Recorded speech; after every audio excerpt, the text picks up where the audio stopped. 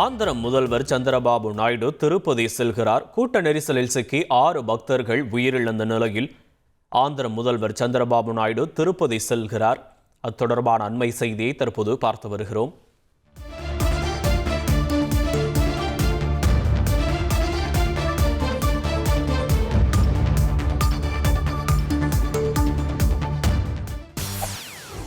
செய்திகளை உடனுக்குடன் தெரிந்து கொள்ள உடனே சப்ஸ்கிரைப் பண்ணுங்க.